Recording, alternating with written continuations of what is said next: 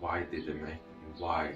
What is the point of it? Where can you wear it? Do you want to stand out from the rest of the people?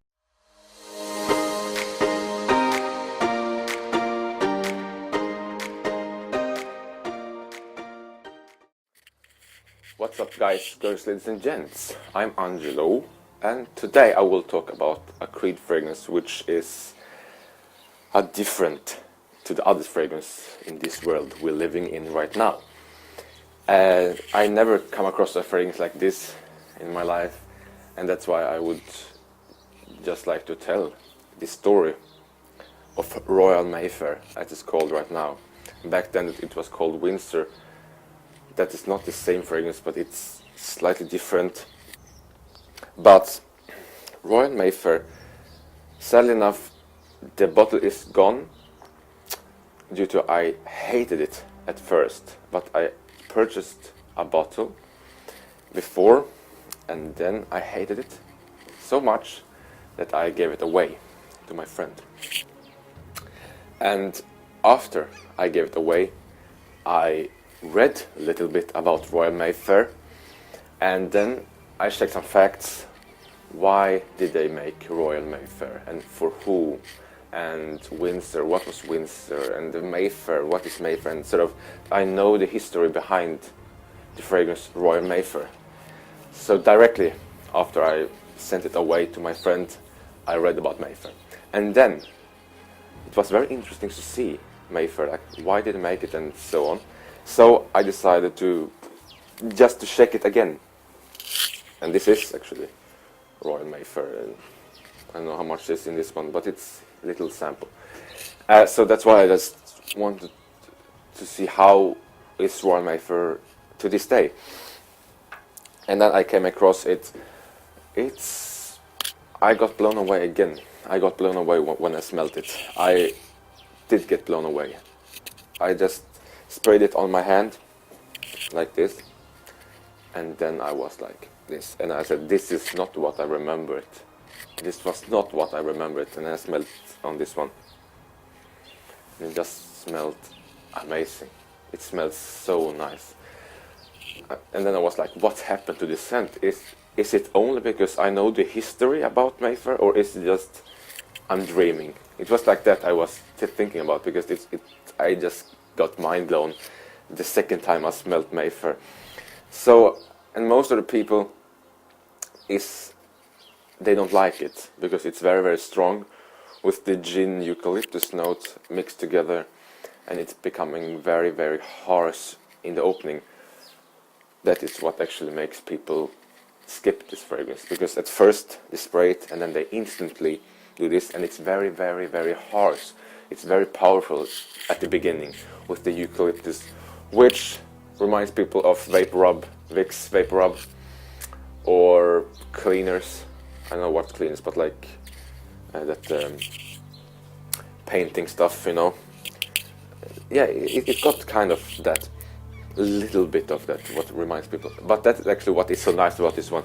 This one stands out from the rest. That's why I love it. I like it so much. That's why. And the notes in here, some of the notes is orange, cedar, pine, eucalyptus, gin, and rose. It's what I know. And what I get from the beginning is just eucalyptus, gin, and then rose is what I can get.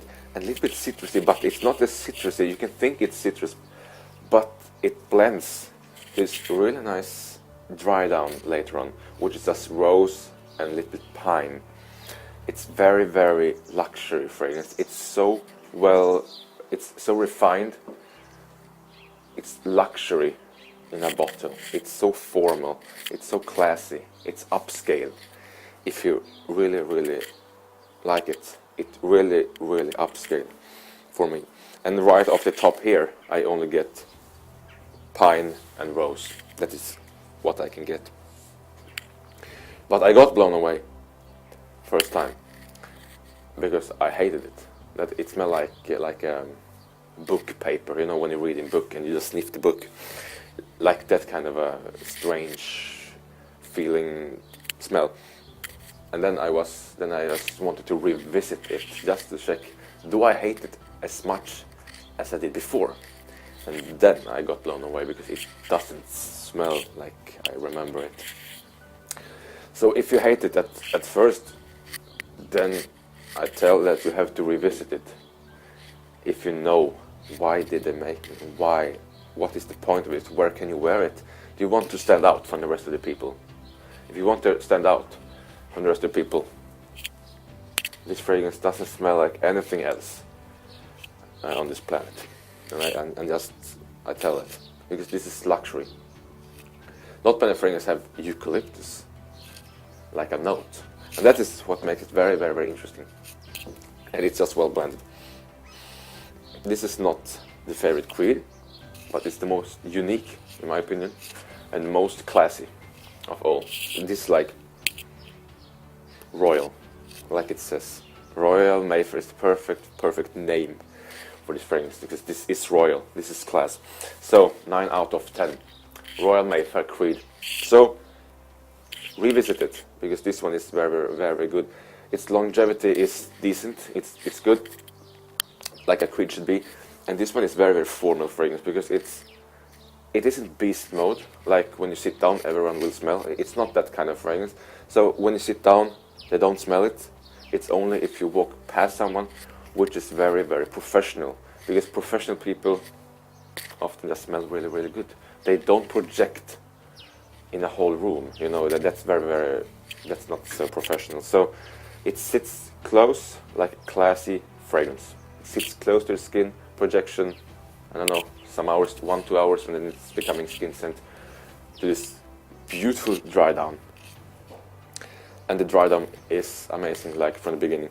And I am actually the few people that loves the opening the most.